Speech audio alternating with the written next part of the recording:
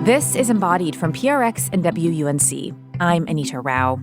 How do you navigate sex after sexual trauma? It's a question that writer Katie Simon needed an answer to, but struggled to find.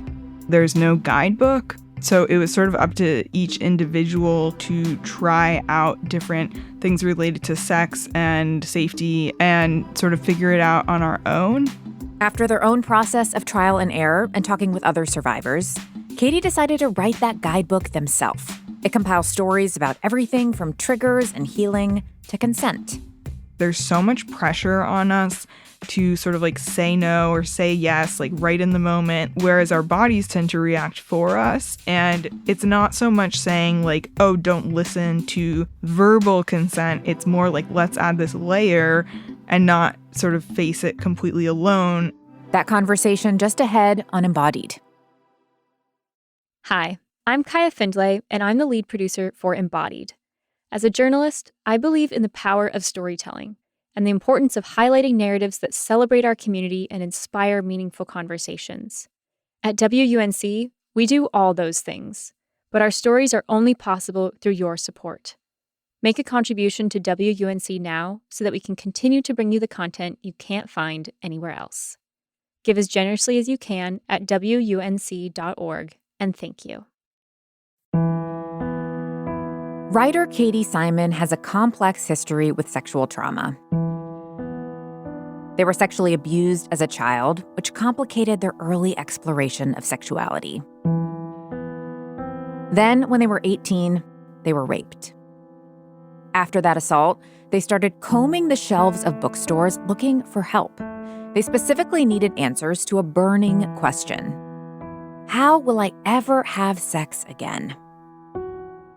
I was really looking for anything that was sort of at that intersection of the double taboo, sex and sexual assault.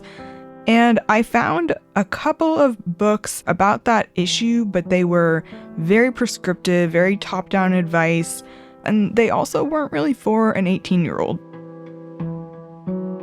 That moment of needing support that they couldn't find planted a seed in Katie's mind, and it only grew over time. As Katie explored new relationships, they yearned for a roadmap for dealing with triggers, disclosure, and consent. Finally, after talking to many other survivors, Katie decided to write that guidebook themselves. This is Embodied, our show about sex, relationships, and health. I'm Anita Rao. More than 400,000 people in the U.S. experience sexual violence each year. And Katie interviewed dozens of these survivors. They collected examples of how people navigated the big and small decisions around sex. Those stories are featured in their new book, Tell Me What You Like, an honest discussion of sex and intimacy after sexual assault. It's a resource not just for sexual assault survivors, but for their partners and friends. And in it, Katie also shares a lot of their own story, starting with how they felt in those early years after being raped at 18. I actually asked my trauma therapist at the time, sort of towards the end of our time together, like I'm thinking of dating again, like how do I navigate that? And the therapist literally just told me to join a dating app and, I'd find that I could date again and it wasn't a huge deal. And I understand the sort of positive outlook she was going for, but it is really so different approaching dating after having been assaulted, after having gone through PTSD, that even then I sort of recognized like, oh, therapists are not super prepared for this conversation because she was otherwise a great therapist. And I wanted to seek out partners and like my sexual self, but I was very afraid about safety issues. And in those early years, anything I did was sort of decentering my own pleasure in order to really ensure that the experiences would feel safe to me. Moving forward in my healing journey, I definitely centered pleasure actively, sort of tried to get it back.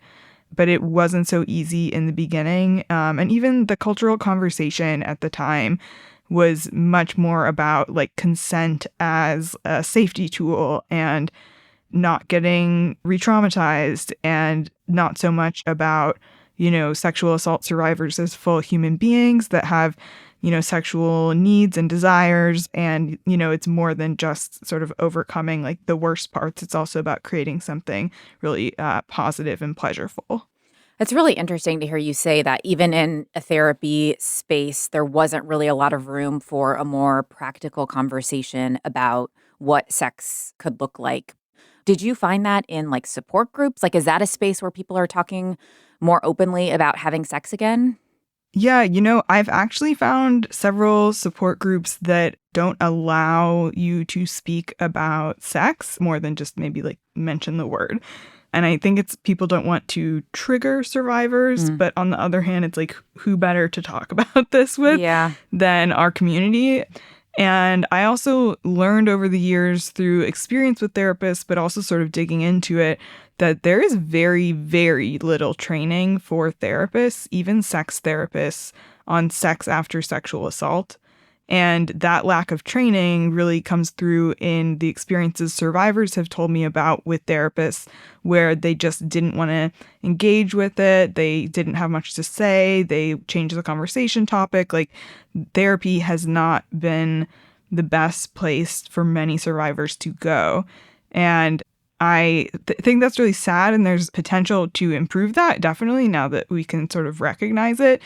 But on the other hand, it points to something really cool with how survivors are getting better and how we are coping and creating like sex lives we want without great therapy on that topic. So there is this expectation that folks have, and I guess this assumption that you ran into, that after a sexual trauma, people either are dating a ton, are having a lot of sex, or they're having no sex at all. It's kind of this binary response. What was your response? You were looking for resources, you didn't find them. So were you having sex and being intimate with people? It took me a long time. I think it was almost 2 years before I had sex again. It felt like a long time at that age, especially surrounded by, college students that were dating, hooking up.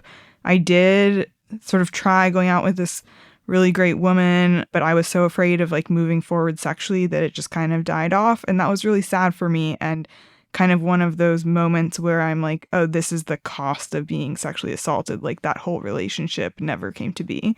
But later I did find a guy that was like very kind and patient and good at communication. And I ended up dating him for actually like many years. And a lot of my early healing kind of took place with him. You mentioned earlier that you were kind of in this headspace of not knowing exactly how to center your pleasure. You were really focused on consent. How did that show up in your relationship with this person who you really started kind of building back some trust with? Yeah, I mean, I think there's a lot of pressure on sexual assault survivors to have like perfect verbal consent and like say yes and no at the right time. And that focus sort of distracts from the reality of like connecting with someone and, defining what you do want. I definitely experienced that with that first partner that I had. And he felt so safe to me that I felt comfortable, exploring pleasure. But I think I still felt like in my core, like it was up to me to keep myself safe, and I needed to focus on that. You use this phrase in your book, trial and error, that like that's how sex felt for you as a survivor. That's how it can often feel for a lot of people. Can you give me an example of what that looks like? What did that look like in your relationship with this person? Yeah, definitely. When I say trial and error, I'm talking about how there's no guidebook, or at least before I wrote my book, there was no guidebook. So it was sort of up to each individual to try out different things related to sex and safety and trauma and sort of figure it out on our own. And like for me, that actually meant until I was researching this book and interviewing other people, so directly asking questions about this stuff, I thought quite a few elements of my post-traumatic experience were singular, and that it was just me that, for example, had a lot of issues with this one particular sex act. And so I would just feel like it was just me, that it wasn't working, but it's actually sort of more of a a communal phenomenon and something we could learn from by talking to each other and not staying in that trial and error alone space. So, as you continued on your healing journey, as you said, you did start connecting with other survivors, but you also started realizing that partners of survivors need to be part of this conversation too. They need resources, they need ways to respond. So, big picture, as you went into this process of writing the guidebook that you wished you'd had for yourself, what did you feel like both survivors and partners needed that didn't exist out there? So much of it is around communication. I think people don't know how to talk about sex after sexual assault in general. And then when it comes down to like sitting down with a partner who has experienced something like that, or maybe both partners have experienced something like that, nobody's teaching us how to have that difficult conversation. And I think like the first step is permission to talk about it and feeling like that is going to be well received. So in a sense, it's really about building trust with a partner to make the safe space in which these conversations can happen. So you were in this long-term relationship. You were really focused on kind of boundaries around what you didn't want. The two of you broke up, and that kind of was a catalyst for you to start figuring out what you did like. Tell me about what that process was like. Yeah, I guess I was answering for myself, like the question that's in the title, tell me what you like. And for me, it was less about specific sex acts or things that, I really enjoyed and more about figuring out what I was looking for in a partner. And it was really interesting because I, around that time, started writing publicly about sexual violence and having experienced sexual assault. And one time I sent a Tinder match guy that was curious about my writing a piece about sex after sexual assault. And he said, "You're very brave for writing this. You must be helping so many people." And it was just a very positive reaction. It made me think, oh, I should go out with this guy and like sort of, see more. And he ended up reacting really badly to a trigger I had and like throwing me out of his apartment. And it really taught me like to be careful about sort of what people might say in one context. Does it translate to another? But on the flip side, I dated another person. He had met me and then we didn't really talk for a couple years. And in that time, he was reading everything that I was publishing. And so he knew a lot about my personal experiences from having done that when we did get together. And he used that knowledge to be more understanding and to be more patient. And I think in some ways that's what the data collection was about, figuring out like what to pay attention to and, what like actually makes a difference. Just ahead, we'll talk with Katie about how they and other survivors navigate triggers during sex. We'll also get into models for consent beyond a verbal yes or no. You're listening to Embodied from WUNC, a broadcast service of the University of North Carolina at Chapel Hill. We'll be right back. This is Embodied. I'm Anita Rao. Most sexual assault survivors experience post-traumatic stress disorder after their assault. Support groups and trained therapists can help survivors work through that trauma. But there are fewer resources available for navigating the nitty-gritty of sex and intimacy after assault. Writer Katie Simon decided to fill that gap. Their book, Tell Me What You Like, mines their own experience and those of dozens of other survivors. It aims to provide models for everything from navigating triggers and understanding consent to figuring out how to disclose a trauma history. Katie's approach to disclosure sometimes includes sharing articles they've written with potential partners. Other survivors may choose a different approach. Yeah, that's so tricky, and it is up to the individual. You don't have to do anything you're not ready for, or you think this isn't the right person to talk to. But survivors I spoke to for my book had some really good ideas. And one of my favorites, was a survivor that had, a kind of a panic attack and had some space from her partner for a while. And then she was watching Surviving R. Kelly, the docuseries, and she felt really aligned with some of the experiences from the survivors in that docuseries, and she actually sent the docuseries to her partner and said, you know, like, some of what just happened can be explained. Like, I had a similar experience to these people. And that, I think, is so smart. Like, people are really afraid of not being believed, and that's a valid concern. It happens all the time, and it's terrible. But if you tell your story in a way where, like, you're like, look, there are other people like me, then automatically that's kind of like validating the story you tell to other people. I thought that was so smart of her to do that. And the other thing survivors did that just really, I think, is so smart is, instead of telling a story of something that happened to them and sort of like leaving it there as like a, you know, a shared conversation, they would say, like, hey, like, I have this need, I have this, you know, sexual desire, I have like a boundary I need to tell you about, and I'll tell you where it came from, and I'll tell you, you know, why this is important to me. And then they share some of their trauma history, but it's not sort of like detached and like just this like floating story. It's very attached to reality and like their present day needs. I think that works really well because partners or just people who are receiving stories about violence can feel kind of overwhelmed by what a survivor is telling them and feeling helpless, like there's nothing they can do. This happened in the past. But the reality is there is something that, you know, people can help you with, whether that's like listening better or, you know, respecting a boundary that they didn't really understand.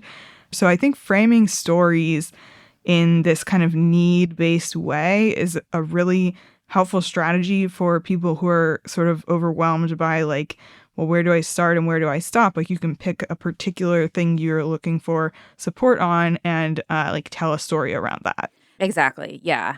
So I want to talk about navigating what happens during a sexual encounter. So even if you go into a consensual sexual encounter with someone you feel good about, even if they're aware of your trauma history, a trigger might come up. You were talking earlier about triggers. I'd love for you to walk us through a time that this happened for you and how you work through it.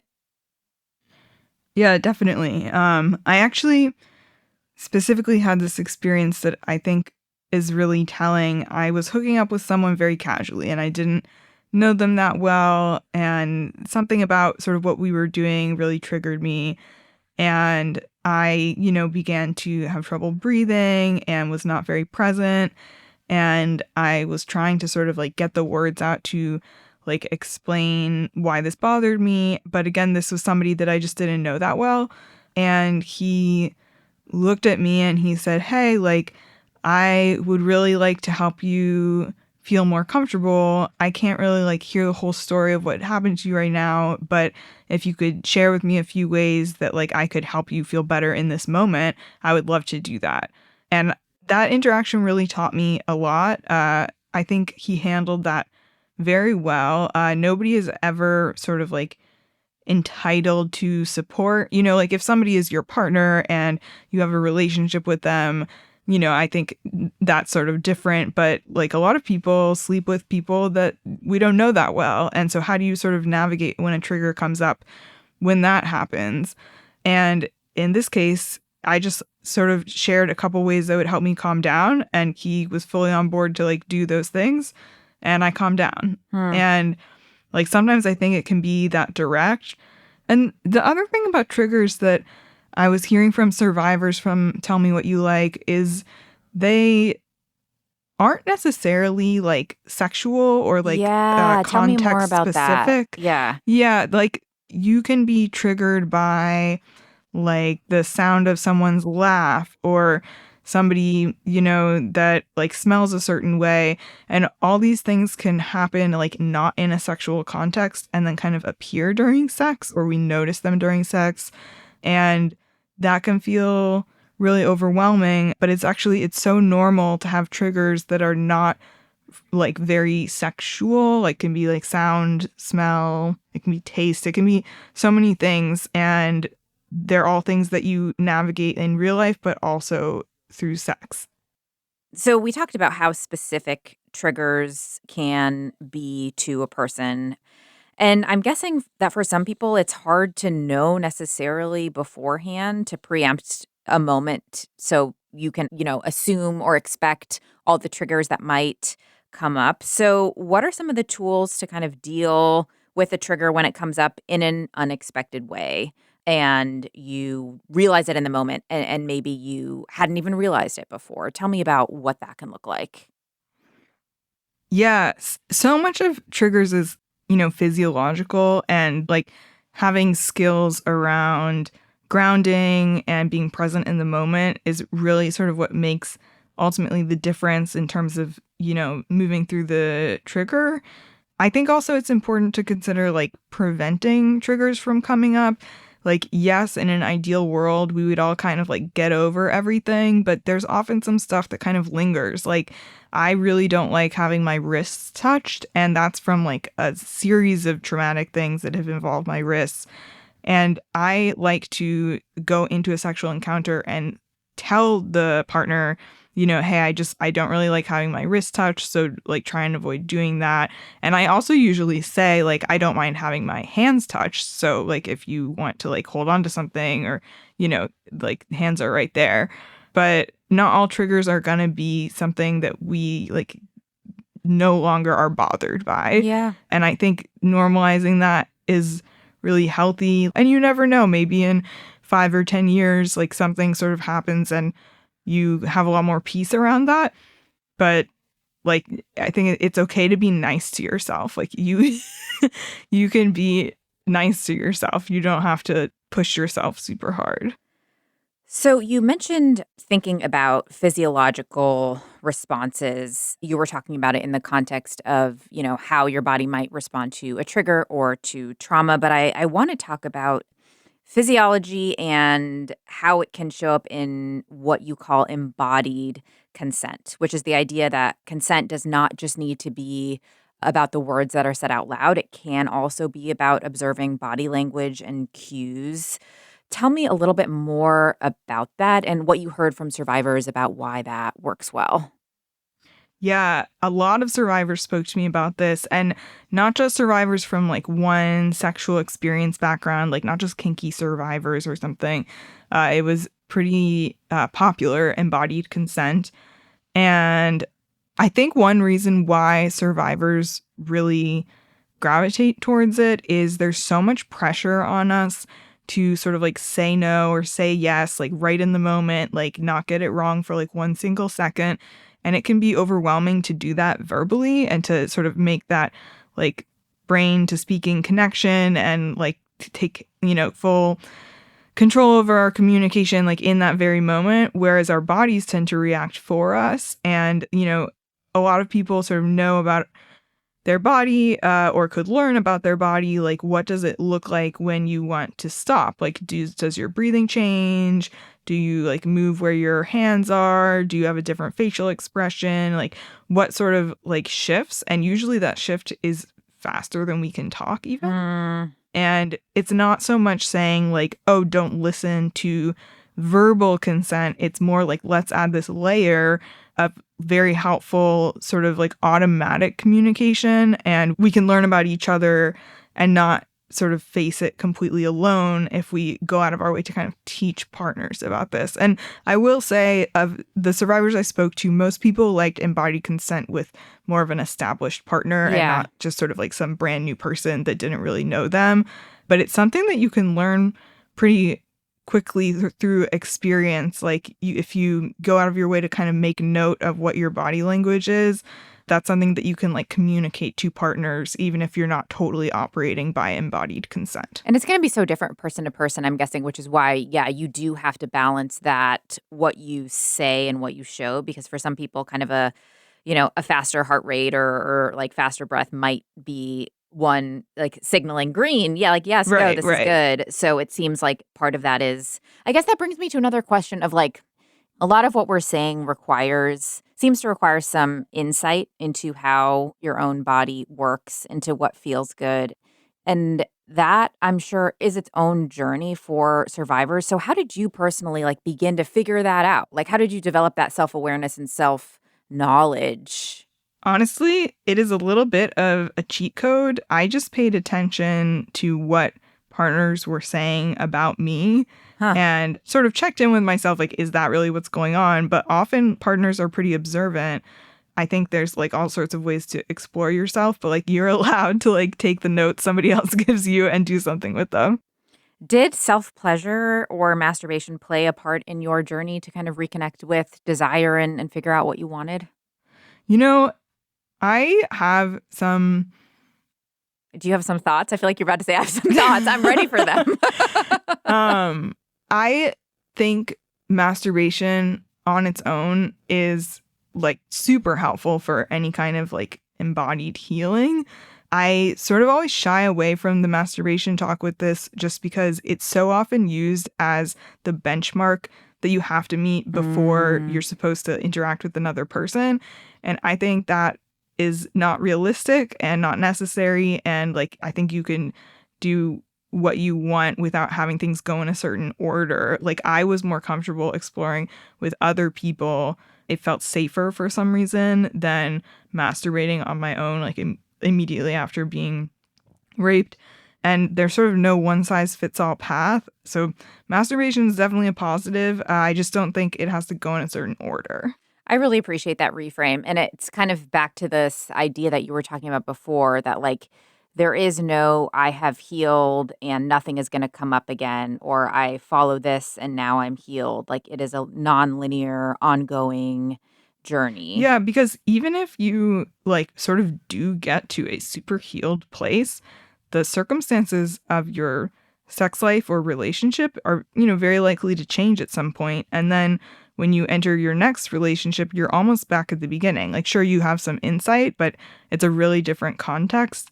So there's like kind of never such a thing as like, oh yeah, like I am like, back where I was or anything, because it's really all about moving forward.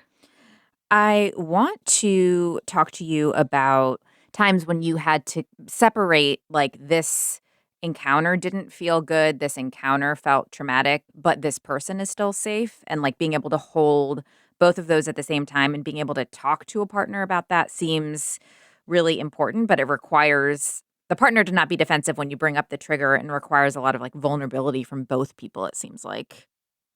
Yeah, definitely. And I think it's really important to separate out like when a partner is violent, because like there is re-victimization and that is an issue for some people, versus like when something just was like triggering and felt bad, and sort of being able to separate the two is not always super easy for some people, I think, especially at first. But like you can always like take time alone to think about things. You don't have to sort of like break them down with the partner that was part of this like triggering moment. You can talk to your friends about it. And I think like similar to how partners should be, more sort of involved in this, I think friends of survivors also could stand to be like a lot more involved. It's sort of even just changing the baseline expectations for what their survivor friend is going to be talking about when it comes to sex and dating. For example, like if before somebody was assaulted, they were really focused on dating a lot, going out with a lot of people, finding a partner, like that was a big part of their life. Like that might not be in the same position in their life moving forward. So if friends and community sort of drop those expectations that people are going to be the same after assault, I think it really helps people have a safe space to talk about things and heal. One of the other spaces for healing that you explored is kink and BDSM, and how it can be a space for survivors to process through triggers in a safe environment, to explore fantasy in a safe environment. I would love to hear a little bit more about any stories that stand out to you about how kink has helped survivors. Yeah, I think what some people, just absolutely love about kink is how it takes so many things that are unspoken and like literally like, writes them down, like not even speaks them, like makes, a contract or a plan. And I spoke to a bunch of people who were into kink. There was one survivor who I feel like very intentionally explored elements of her sexual assault in kink and in scenes. And she told me about in particular, like part of a sexual assault or an attempted sexual assault that she experienced was like running away from the assailant. And so she had some problems with running since then. And so she, instead of going the super vanilla route and like tackling that separate from sex, she found a partner that would explore like being chased and running as part of their sexual play. And it makes a lot of sense to like heal things that happened in a sexual assault context, like in a sexual context. Like it's sort of, there's like this mirroring that sort of you can see. On the other hand, like you can definitely explore kink without it all being about your assault. A lot of people like kink that have never been assaulted, of course, and it's sort of like choose your own adventure. How do you think about like the process of figuring out whether or not kink can be healing for you? Because I can imagine that, playing with triggers in an intentional, consensual way can work really well for some people and not for others. Like, how do you go about figuring out if that will work for you? Yeah, well, part of it is, I think, accepting that you might try something that you don't like. And that's really hard for sexual assault survivors in particular with sexual things, because there's this self-blame that comes up and all this, and it feels very heavy, even if it's really just like, oh, I just like tried that, probably not going to do it again. Like even if the reality of it isn't so intense, like it can feel that intense.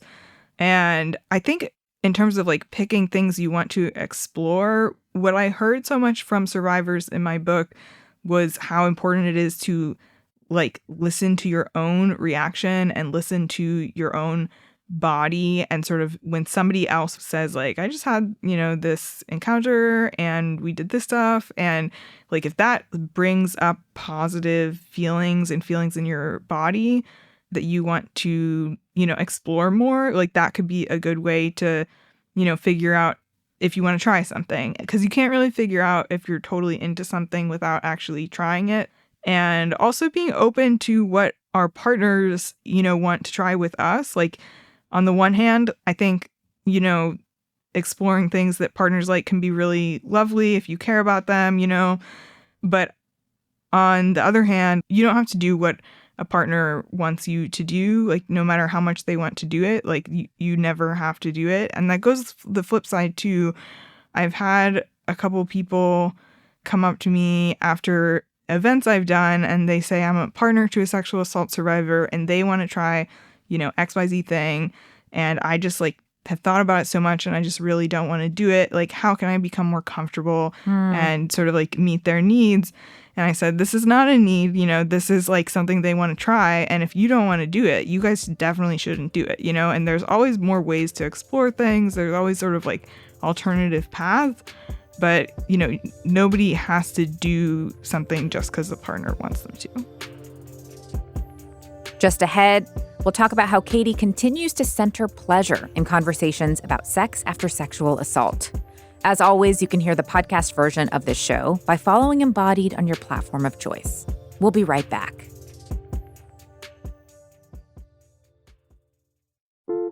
How does AI even work? Where does creativity come from? What's the secret to living longer? TED Radio Hour explores the biggest questions with some of the world's greatest thinkers. They will surprise, challenge, and even change you. Listen to NPR's TED Radio Hour wherever you get your podcasts. Sources and methods, the crown jewels of the intelligence community. Shorthand for how do we know what's real? Who told us? If you have those answers, you're on the inside, and NPR wants to bring you there. From the Pentagon to the State Department to spy agencies, listen to understand what's really happening and what it means for you. Sources and Methods, the new national security podcast from NPR. This is Embodied. I'm Anita Rao. Katie Simon's new book, Tell Me What You Like, is the guidebook for sex and intimacy they wish they'd had over a decade ago. It features honest reflections of their own experience with sexual assault and interviews with dozens of other survivors. Whether talking about navigating triggers or exploring kink, Katie doesn't shy away from the messy parts of this conversation. Like how for some survivors, there isn't always a clear dividing line between what's a trigger and a turn-on. Or how something that can lead to a flashback may also be part of a sexual fantasy. Acknowledging those gray areas was a big part of Katie's goal with the book. Definitely. And I mean, right off the bat, like if you see something as like negative or positive can change over time. So you might feel like you have it all kind of figured out, and then something comes up and how you think about it changes. I think it's really brave when survivors will like try something and not really know how it's going to turn out. But I also always say, like, you know, you don't have to be into kink, or you don't have to like do some particular kind of, you know, sex act or practice or anything in order to be like healing from sexual assault. I think there is this like little conversation going on that's sort of like kink is the answer to sexual assault survivors' needs. But I would really question anybody that says that. Like, people experience their sexuality in such diverse ways. Like, there's no single answer. And it also depends on like identity. Like, my book is more than 50% queer survivors. And like our identity plays a lot into our healing. Like, if we have certain sexuality or certain desires or something, like who our partners can be is a smaller population. And so you're looking at sort of like a different experience. Yeah, I really did want to ask you about that, because you and a number of other survivors you interviewed shared the experience of sometimes exploring their sexual orientation in a new way following an assault. And I want to hear more about your understanding of the impact sexual trauma can have on sexual orientation, and maybe what you think the conversation gets wrong about those two things. Yeah, definitely. I think there are a lot of false beliefs around like having a certain sexuality, you know, means something about your sexual assault history and vice versa. And I would really shy away from those. I spoke to a few survivors who either were assaulted like when they were very young, when they were children, and so sort of didn't have sexual identity to like go back to. And I also spoke to people who identified as having their sexuality change as sort of like a result of their assault, or like at the same time as their assault.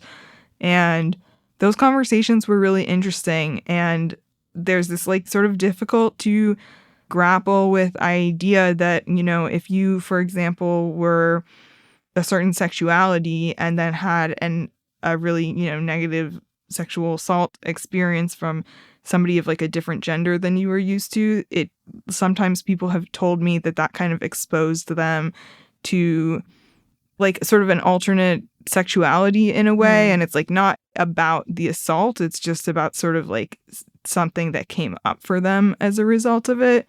And these are really tricky conversations, because I think there's so much resistance to the idea that sexual assault could like affect our sexuality. But if you really look at it, it's more like how people are like learning from or taking things away from what happened, and sort of approaching them more with the mindset of like post-traumatic growth. Yeah, like it's not causation, it's correlation, that this experience of trauma could maybe highlight something that was already there, or could help you begin to explore your sexuality. Yeah, in a or new way. even like in the other way, like I was sexually abused as a child by someone who was female, and it sort of made me afraid to explore my like very present, very like obvious feelings for women. Because I'd had this negative experience. So like it can kind of go, you know, any way. How does having this new relationship to your sexual identity affect your sex life? And what has that journey been like? Yeah. I mean, a lot of this happened a long time ago. I always feel like when we talk about these like big changes to sexuality, we should keep in mind that, you know, your sex life isn't happening just because of one thing you experience, even if it's like big, like sexual assault. There's so many different things that go into sort of like shaping who we are sexually, and those things can shift over time. And I think that's definitely been true for me. Like, I am a person that, you know, sort of will like slowly discover stuff about myself, or sort of like feel one way for a really long time, and then it'll sort of click.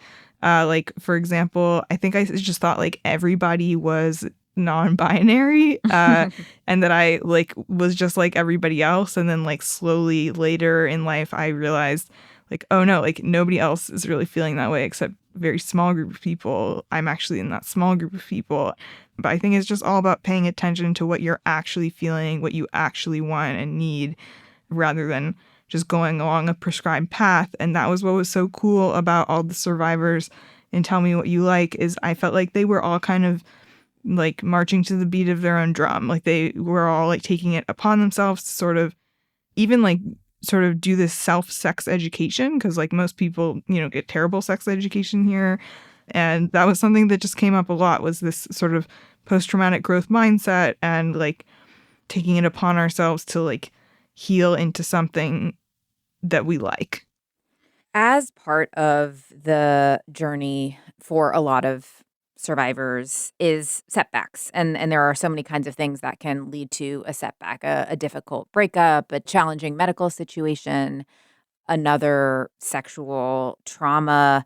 What did you hear about how these kinds of setbacks shape folks' relationship with sex? Yeah, I mean, like, you know, something medical or like another sexual assault, like these are things that very directly impact like the experience of having sex afterwards. And so we kind of like have to grapple with these things. I felt like there's this really harmful false belief that like if you put in all the work, like you'll be sort of like safe and like set for life and you can like figure everything out. But so many things that happen to us in life are outside of our control.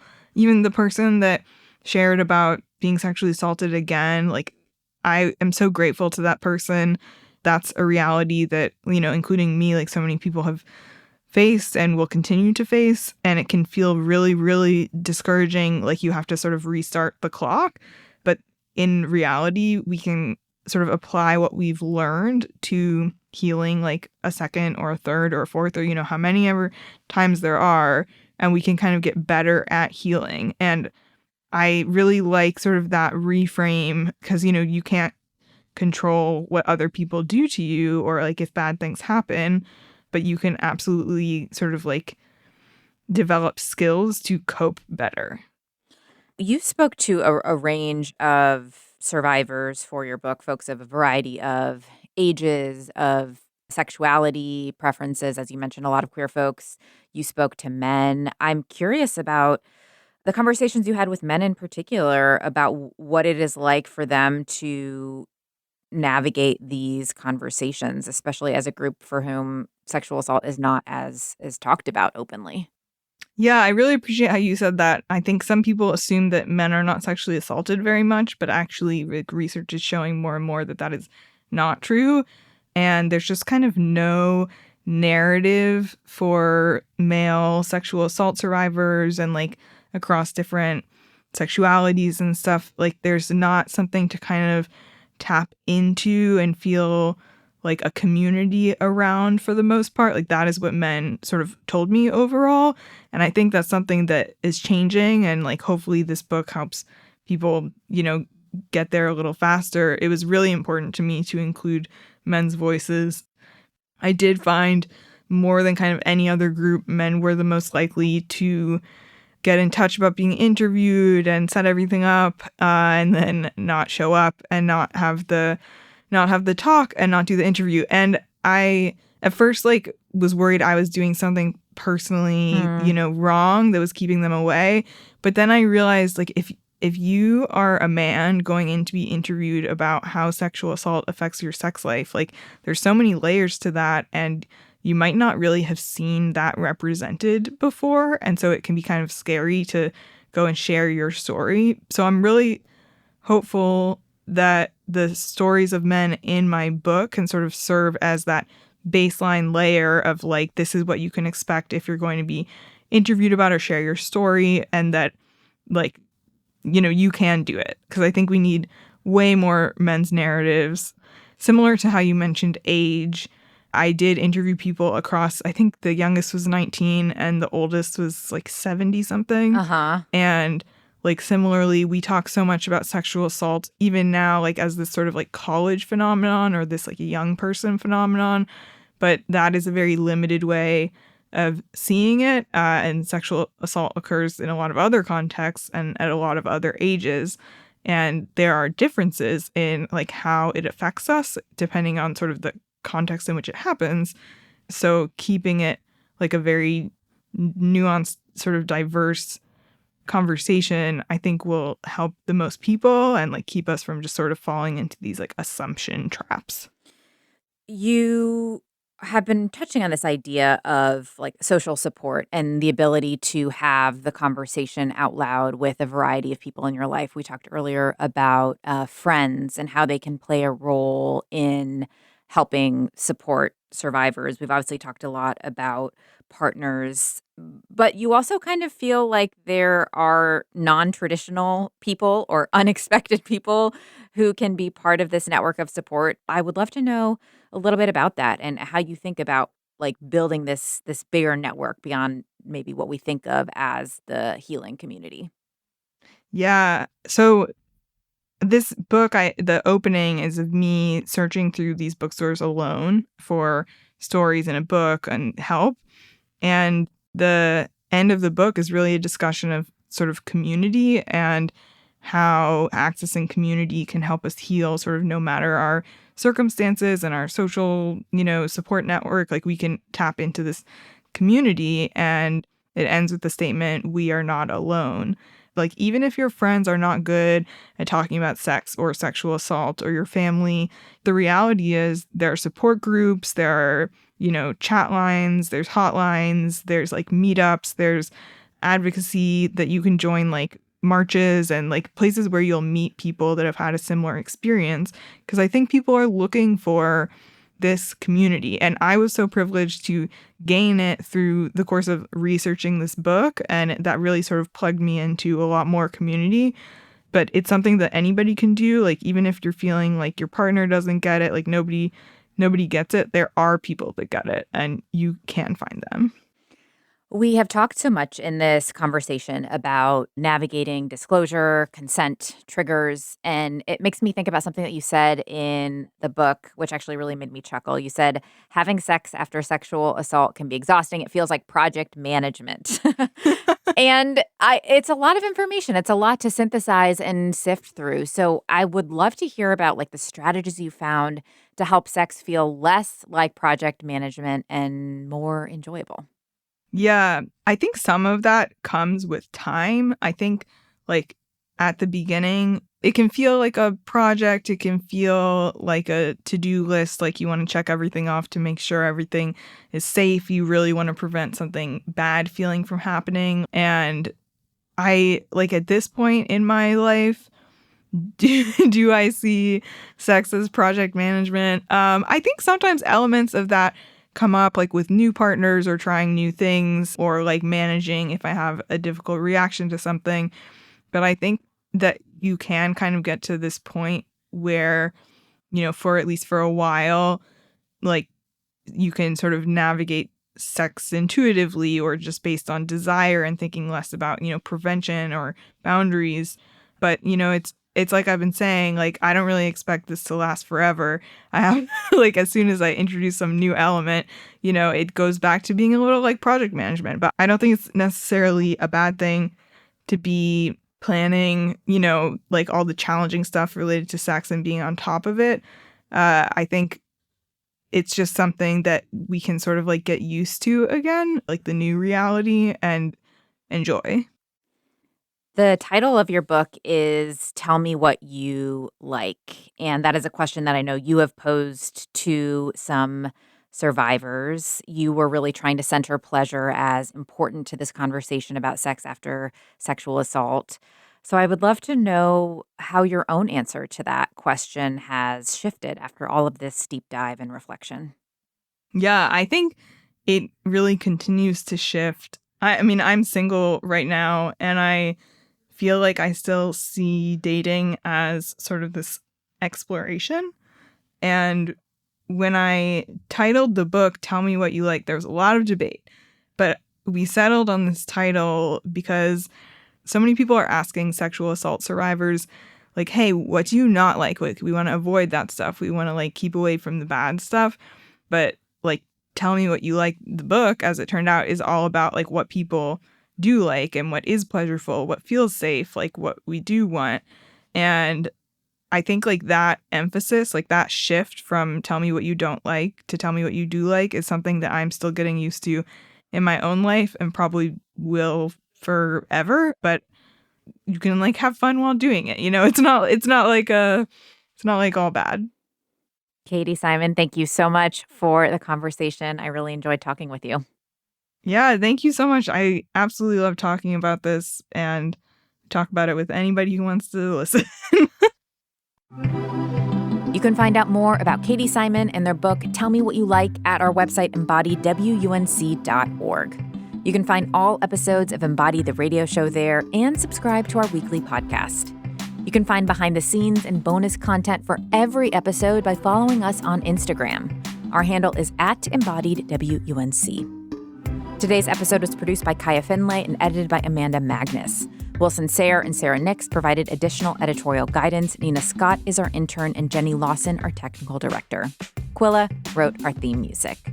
This program is recorded at the American Tobacco Historic District. WUNC is a broadcast service of the University of North Carolina at Chapel Hill. I'm Anita Rao.